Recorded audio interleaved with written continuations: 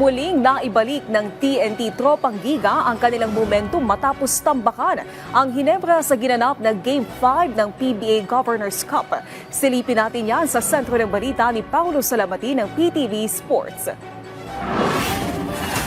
Sa balitang basketball, isang panalo na lamang ang kinakailangan ng TNT Tropang Giga kontra Hinebra Gin Kings upang madepensahan at mapasakamay ang titulo ng PBA Governors Cup. Ito'y matapos silang basagin ng magandang performance na ipinakita ng Hinebra sa Games 3 at 4 bago akuin ang Game 5 sa final score na 99-72 upang tuluyang makopo ang 3-2 na kalamangan sa Best of 7 final series. Second, no, it might have been a second when Justin was in and I was on the bench, and I was just like, this feels weird.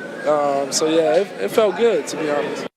Nag-ambag ng double-double performance si Jefferson sa kanyang 16 points at 10 rebounds kasama sina Roger Pogoy at Calvin Oftana na nagtala ng 16 at 15 points.